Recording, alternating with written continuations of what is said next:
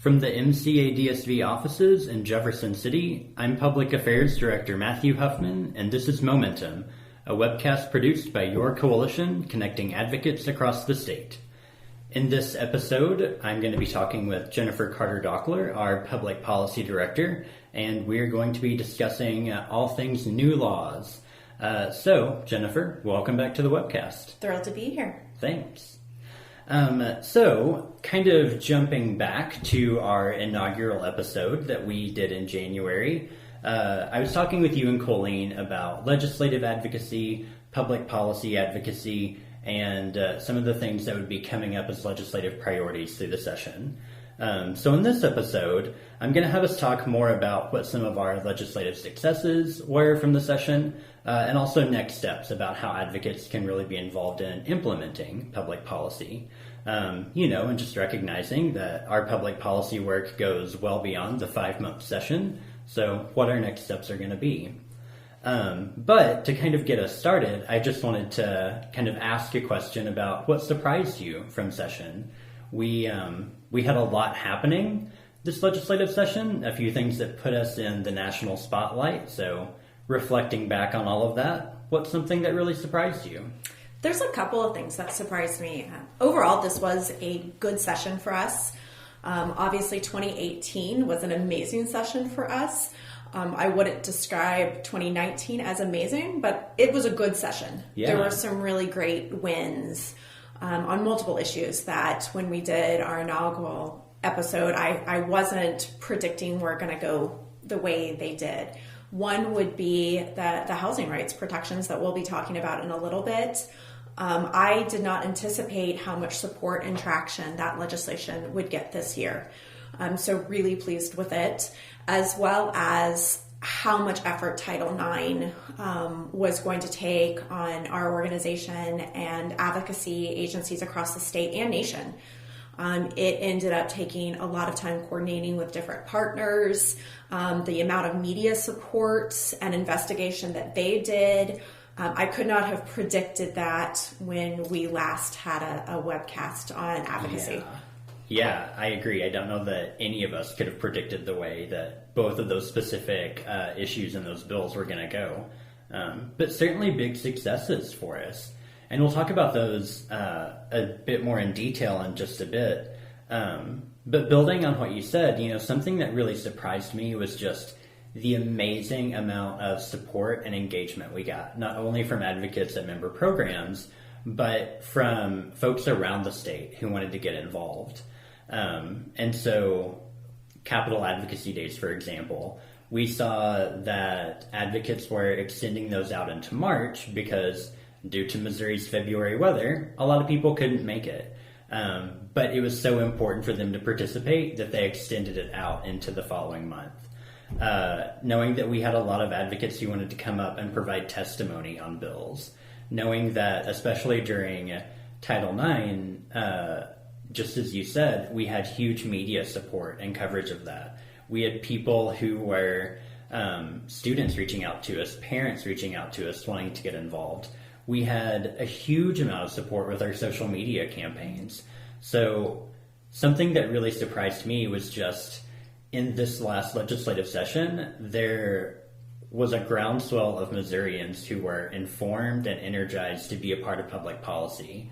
And that was really encouraging, I thought, and something that I think in 2019, which is not an election year, I would have necessarily predicted either. Absolutely. And it was really exciting.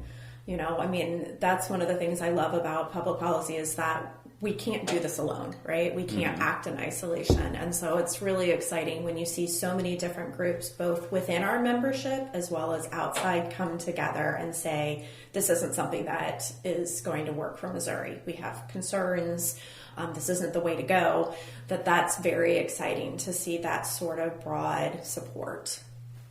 Yeah, I agree. And, to use the title of our webcast, great momentum. We saw a great amount of momentum, which I'm very hopeful that will continue on. Just as I said, outside of the 5 months where we have legislative session, people are still really informed and engaged and energized to move forward with this too for our state. Yes. Yeah. So on that note, We have a beautiful new 2019 Missouri Law publication that is being mailed out to member programs. It's on our website, and will be going out to a regional meeting near you. And so you're going to be able to go around to the different regions and kind of talk specifically about laws that are featured in the publication. But I wanted to spend more time actually talking about some of the really specific legislative successes that we had and the process of how we were able to find such success in those. So number one, I just wanted to highlight a major success of the Housing Rights Bill and the fact that, just as you mentioned, it passed so quickly. And looking at the fact that as we've been talking about it more, just the post that we had on our social media had a reach of 23,000 people. So there are a lot of Missourians who are excited and really encouraged that this is a new thing in law. Yeah, it's very exciting. I'm really proud of this new law. I'm really proud of the kind of support that we got. Now Senator Arthur, former representative, filed it for the first time in 2018, and it didn't get a hearing. So I went into 2019 thinking, if we can get hearings, it'll set the stage great for 2020. And instead, not only did we get hearings, there was huge amount of support in both the House and Senate to pass this legislation. There were some tweaks that happened on both sides to make it an even stronger law. We may have to go in a couple of years and maybe clarify a couple of issues, but overall I feel really good that no one testified in opposition to the bill, that only 3 House members in the House floor voted against it. There was unanimous support on the Senate side. Many legislators who are landlords were saying why they felt good about this legislation, why they felt like it was the right thing to do. It's just a great piece of law that so many people are excited about because it's so needed. And so the kind of support we're even getting announcing, hey, it's August 28th, this new law now takes effect, is also really exciting to see the kind of response that we're getting on social media with it. Yeah, and I think that you bring up such a good point of there was huge bipartisan support. And, our mission is to unite Missourians around shared values. And I think this is such a good example of that it was a bipartisan effort that people really knew needed to happen. Absolutely. And it just kind of reinforces, one of Colleen's perspectives with our public policy work is just timing. Sometimes you can have a great legislative idea, but it's just waiting for the right time. This isn't a new idea. This is something that people have asked about. We've tried way back when, but this just was the right time to finally do it. And so it was amazing that then it moved so quickly through session and it's now law. Yeah, and now it's law. So talk a bit about working with staffers and also some non-traditional partners who you were able to work with during this process. So one of the lobbyists during his testimony actually said that this was probably the only time in his long history of being a lobbyist to testify to the House Children and Families Committee, because the Realtor Association doesn't typically end up participating in that committee. Their bills are assigned elsewhere. But yeah, we partnered with different lobbying organizations that represent the realtors, landlords, apartments, and everybody felt really good about it. There was actually concern that why would somebody want to keep them in their lease that could create a safety issue for that individual? There could be a potential liability with this. So how do we do something that just seems like it's the right thing to do? How do we make sure that we have protections in place for the landlords, because this is a business for them? Mm-hmm. So there's some good language in there that, again, landlords felt very comfortable with. And so, there was just huge support. Yeah, which, again, I think is so encouraging. And I think it's also really interesting, just as you said, that there were lobbyists from the Realtors Association, folks who are representing landlords and property managers who all realized, this is absolutely something that we need to be working on. I think that kind of reinforces our pragmatic approach that we want to work with as many individuals as possible to make sure that survivors and their families are safe, they can access safety, they don't have to choose between accessing safety and a fear of homelessness. And so it was just such a really exciting thing to see move through session. Exactly. And that, again, we were able to come up with some compromise pieces that made everybody feel good. And then we'll just have to see how the law plays out in the next few years. Again, it's not uncommon that something's new. Maybe you have to go back in and clarify some areas that maybe aren't playing out the way it was intended. But overall, I think that there's some really strong components to the housing rights protections. Yeah, absolutely. Well, and to your point about there might be some legislative fixes down the road, I think that that's also a really good opportunity for us to think about, are there ways that we can expand this if we need to in the future? I think that we're really good as a coalition and as a state of looking at, okay, now that this law is on the books, now that it's being implemented, are there areas where it's not working? Absolutely. And so when you look at housing rights protections, when Senator Arthur and I had originally brainstormed different options, there are more things that we could have included. Yet we didn't know what kind of response we would get to this. So there's also the potential to add additional options, because what this law does is it says you can't evict or terminate someone's lease based on their victimization status, and it allows early lease termination. Other additional housing rights options could be bifurcating a lease. So if somebody wants to stay in that residence, but they don't want to share a lease with their abusive partner, that could be an option.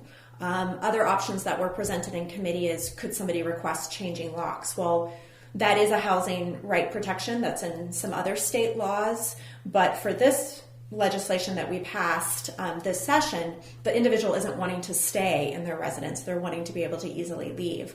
But if we move forward with different protections for what somebody would do if they want to stay in that residence, that could also be an additional one. So yeah, there's absolutely some additional protections that we could explore based on feedback we get on how this is being implemented over the next few years. Yeah. So this law really helped kind of fill a gap, because we know that there are some federal protections through VAWA, through HUD, that protect folks who are on public assistance and getting housing through maybe Section 8. If you are being sexually harassed by your landlord, there's some protections from the federal level, but we certainly know that didn't cover all Missourians and all of their situations.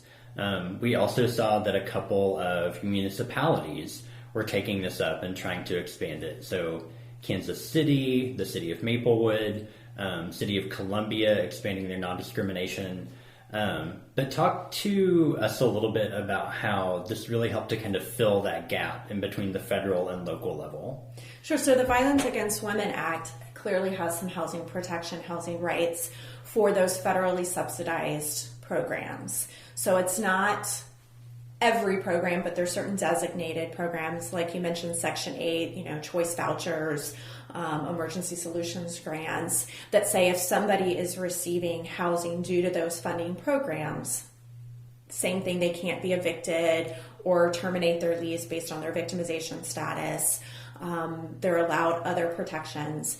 But there's many individuals who are not living in those low-income, federally subsidized programs. Right. So what we would hear over time is there's an individual who, is able to cover their rent, but maybe is living paycheck to paycheck, particularly if they're trying to separate from a partner and they're going to have less financial resources coming in.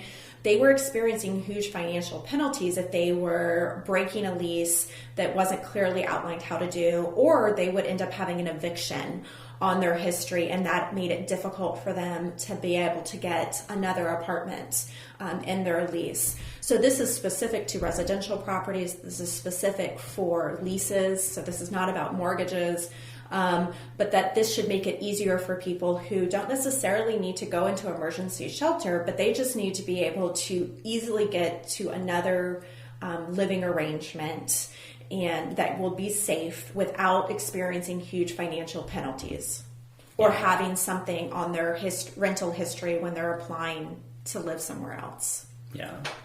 So yeah, there are huge implications for how this can go once it is being implemented. But again, a huge success for us to celebrate, and something that I think we're all really proud of as as a full coalition and as a full state. It's something that we can really be proud of. Yes. So then, talking about another topic from legislative session that got us quite a bit of national attention and attention from around the state, the Title IX bills. So I feel like there's a lot we can unpack there.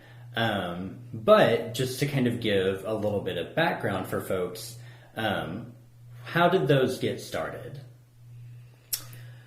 We had some inkling that there might be something filed because there had been an amendment at the end of the 2018 session onto another bill. So we had already started meeting with campus partners in the fall, kind of brainstorming what do we think might be filed, how can we start working on title, talking points. There was also public comment period on Title IX regulations at the federal level. But when we actually saw the bills that were filed, they covered so many different areas, and it was just very concerning about how much it was going to undo our Title IX process, and would it put us in conflict between what the state law is saying and what federal regulations say for you to be able to receive federal funds, for students to have financial assistance. And there is just a lot that was very concerning for us in terms of victims' privacy, victim rights, but we did not know there would end up being such strong support from legislators, and legislators not understanding kind of how complicated this was. It was very much presented like this seems to make sense, this is about due process, and us trying to unpack there's so much in this legislation that is really concerning, both for university operations as well as how victims might come forward to be able to disclose, and that Title IX covers way more than just sexual assault and sexual harassment. Mm-hmm. And so I think that there ended up being some really good conversations about maybe what was filed wasn't the right thing to be filed. Maybe some more work needed to happen to have better drafts of the legislation. But we'll see what happens this session in 2020, if they have spent the off season to work on better drafts or if they're going to lay low for a couple of years. But absolutely, I feel like they will end up coming back. Yeah. Yeah, and I think that is certainly something for us to all keep on our radar. I don't think that we could have anticipated those two bills getting as much traction as they did. And to your point about thinking of all the unintended consequences in there. So I remember several days whenever the two of us and Colleen were reading through both the House and Senate version, comparing and contrasting them, and just laying out all of the different dynamics that come into play there. And so, it really wasn't just about Title IX. It really wasn't just about due process. As you said, there were university operations and the fact that would they even still be able to get federal funding for financial aid under that? Was it going to put them in conflict with the Violence Against Women Act and Clery Act provisions? So many implications. And when you get down to it, recognizing that, just as you said, it's not only about sexual assault and sexual harassment, but we talked to some of our campus partners about how that extends to online harassment and bullying and students who are taking online courses, and that wasn't necessarily covered. Thinking about how pregnant women are also covered under gender discrimination in Title IX, and that was not necessarily part of the conversation. But a really big thing is that we wanted to make sure we were supporting our campus partners under that original intent of Title IX, which is to reduce and eliminate discrimination in education based on sex and gender.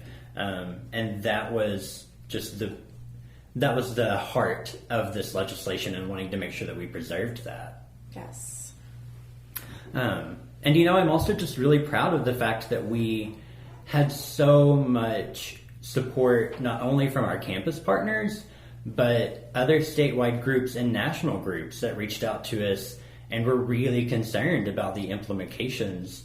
Try that again. Implications. There we go. Implications and the precedent that it could set. Absolutely. States are always looking to other states for ideas. And so if Missouri was going to lead the way, other states might follow suit. So it was great to have the national partners reach out about shared messaging. What could they do to help? Could they help engage any student organizations that they have contacts with? So yeah, the number of people who got together saying this is concerning, how do we have a shared message, really helped stall the legislation this year, as well as some really fabulous media reports. Yeah, I do want to give a quick shout out to the folks at the Kansas City Star for their fabulous reporting and investigating. I was at the National Sexual Assault Conference last week and attended a policy briefing from the National Alliance in Sexual Violence. And Title IX got brought up there, and so they asked if I could talk a bit about it. And I gave big credit to the Kansas City Star reporters for their investigative work and uncovering a lot of the back channel conversations that happened that ended up moving this forward. Because that's a really important piece of public policy and legislative work, is if there are those back channel conversations happening, the public has a right to know about that. And those journalists did a fantastic job covering the story. Absolutely. The other kind of interesting thing that came out of that conversation with folks at the national conference and in that policy briefing was just recognizing that there was one individual who was able to fundraise and hire 23 additional lobbyists, and just how quickly that could move forward. And I think that was kind of a shock for a lot of folks as well, to see that, you know, there can be a lot of funding behind one particular issue. It might end up being something that moves much more quickly than we think. But the positive outcome there is you can build a strong coalition of people to work against bad legislation, and we did see a big success in that too. Yes, and I was asked at one point, and in the advocacy cohort that you and I are involved in, if money is the only way to be able to compete, because there was so much money being poured in, and that isn't something that necessarily we all have the resources to be able to do. So no, it's not necessarily money, but you definitely need a huge amount of support to be able to counter that, and a lot of public awareness about what is happening, because I think sometimes there's a disconnect between what is happening in that building, in our state capitol, and what is happening in the community across. So being able to raise awareness about what that legislation would do and how does community feel about it. Yeah, absolutely. You know, I'm also just really proud of the messaging that we were able to develop, and that folks at our member programs were able to carry for us. And so really helping people understand what was meant by the idea of due process, and that it was really meant to, the way that it was written in the laws, protect perpetrators of violence, and really disempower and take a lot of support away from survivors. And so when we get down to it, you know, the message that we sent on this was, whenever you say due process, what you really mean is that women lie. Yeah. And so it went back to that kind of antiquated narrative of, well, women lie about sexual assault just to get back at people. And we know that that's not the case, and that was really damaging narratives to be circulating. So we did a lot of work to counter that. Absolutely, and many of the legislators who were supporting the bills are also people who generally support our issues. Mm-hmm. It's just, again, this is becoming very complicated, and so being able to have some really good conversations about what does this really mean? Are we really meeting the intention? Yeah, yep, absolutely. Well, I also want to talk about another major success that we had, and that was just getting a hearing on domestic violence and firearms legislation. It's something that we have taken up as a policy priority for a long time, but we saw more traction this year and interest than in years past, and I think that was a huge success. It is a huge success. Now, this is the second time we've had a hearing on the domestic violence firearm legislation, but the testimony that we presented in the 2018 session and again in 2019 has been very powerful. We've had several advocates who work at MCA DSV member agencies each of whom lost their sister due to a domestic violence homicide involving a firearm. They've presented their testimony, and it's really made a difference. The kind of questions that were coming in the hearing were very thoughtful, like really trying to understand where the gaps are. So both having a hearing last year and this year and having just a different tone to the hearing is a huge success. We're very hopeful for 2020. My ideal world would be it's our 40th anniversary of MCA DSV. Isn't that the time in 2020 that we finally pass a domestic violence firearm prohibition in the state of Missouri? So I'm going to be really hopeful that not only we get a hearing next year, that we're actually able to get something to each of the chambers for a debate and ideally a vote. But I think that the way the committee members on both sides of the aisle were asking such genuine questions to understand how this is happening and what could be done to fix it is very promising, and especially in our state where it's very challenging with firearms. Yeah. And I appreciate that correction. It was actually the second hearing from 2 legislative sessions. So to your point on that, I do think that shows progress, that this is an issue that more people are talking about in the Capitol and that lawmakers are starting to see, we do need to have traction on this. It is a terrible number and statistic for us to be recognized as 7th in the nation for women who are killed by their intimate partners. And so just looking at the numbers of how many Missourians are affected, having really courageous advocates from member programs come and provide personal testimony and share their story. These are things that our lawmakers need to be paying attention to and need to be hearing because it's a shared Missouri value. It's not a partisan issue any longer. Absolutely. And both chambers' leadership, when they started off last year, said that community safety is a top priority of Missouri's leadership. And this is a community safety issue. Absolutely. This is about specific individuals who have acted violently. And so whether it's a domestic assault misdemeanor offense or during the duration of being a respondent to an order of protection, it would make it illegal to possess a firearm. That's an important state policy stance about we care about our citizens. This is a public health issue, that there's certain individuals based on their behavior. It creates a safety risk. And so our ideal would be 2020, now's the time. Yeah. We need to go ahead and make things right. Yep, absolutely. Well, and that's a kind of a great segue into thinking about 2020's legislative session in general.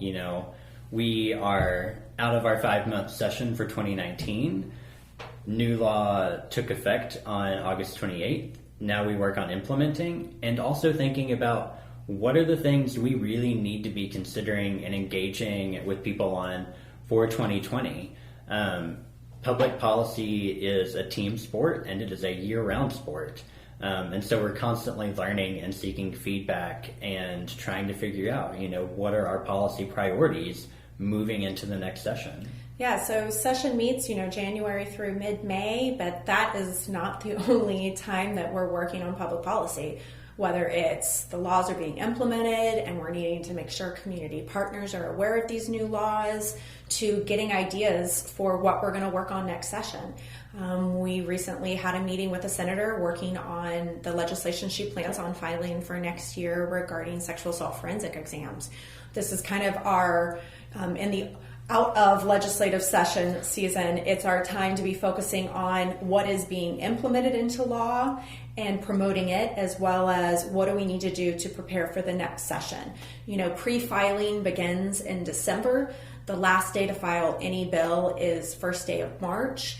Missouri, the last few years, has averaged about 2,000 bills, which is a lot. Mm-hmm. And very few bills actually make it to the finish line and signed by the governor and turned into law. So we really need to get an early start on what we're hoping will get traction.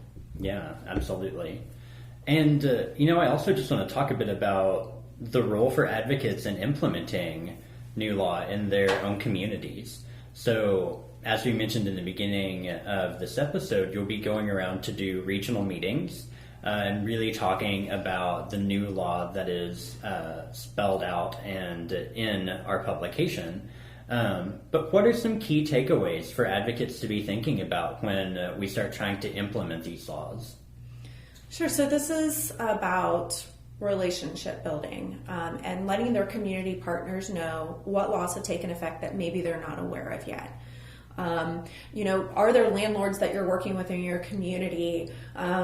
Do they have regular association meetings where you're able to go talk about this law? How are you making sure that advocates are familiar with this law? Because now it's a new option that can be presented to victims who they are serving as a part of their safety plan.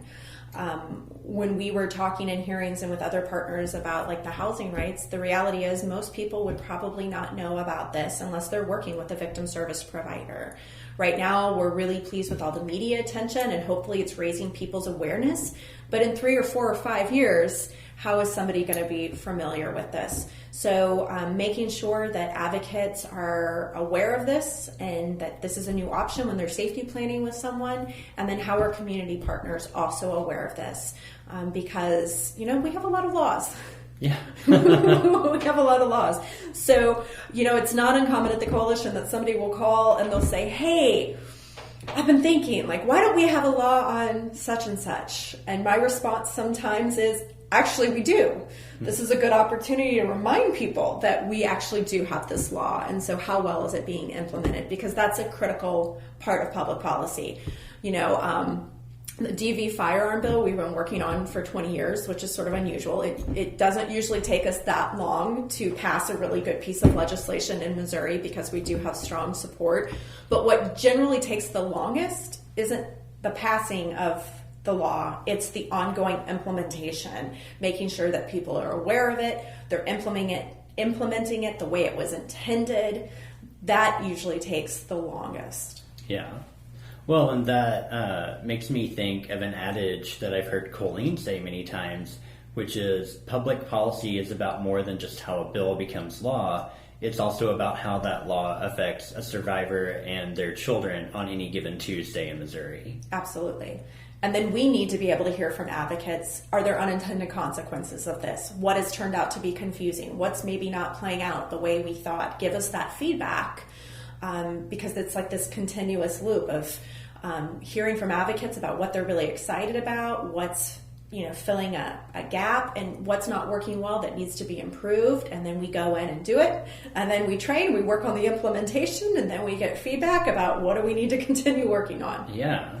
Yeah, I mean, that really does reiterate that this is an ongoing part of our work, that advocacy is about improving laws and changing systems to better provide opportunities for health and safety for all Missourians. Yes. Yeah. Well, and, it also makes me think, because I am admittedly both a public health nerd and a public policy wonk, and so when we think about implementation, I automatically want to jump to, okay, now how do we evaluate a policy? How do we know if it's actually working as it should be? And so that's where we're at now with these, is we know it's ongoing work for all of us, but that's also a really energizing and exciting part about this, is making sure we have rules and regulations and policies and practices in place that really not only benefit survivors and their families, but create and promote community wellness and safety. It's funny when you were talking about kind of public health background, my background's in social work. And so it's sometimes I'm asked, well, how'd you go from social work to public policy? Because some people see that as two totally different things, versus I really got into social work because of the systems change public policy component of it. I didn't do the clinical track. I did the policy and administration track. That has been my focus in my career, is how do we take those individual stories that we're hearing from people and do system big picture change, which can impact thousands. Yeah. Right. And so that's one of the reasons I'm so excited about the Housing Rights Protection Bill, is it's taking those stories of barriers of things that we've heard over the years. And now with this one law, this one change, thousands of Missourians are going to be helped. And that, to me, is fundamentally what public policy is about. Yep, I absolutely agree. Well, and on that note, giving a charge out to all of our listeners, more social workers and public health practitioners should be involved in the public policy process. Absolutely. It's your advanced advocacy. That's right. Yeah, it's our advanced advocacy work. All right. Well, thanks, Jennifer. I think this was a really great topic of conversation, and I look forward to talking with more folks at our member programs about implementing these new laws. Me too. I'll be seeing y'all at developments in the law. Yep. All right. Thanks.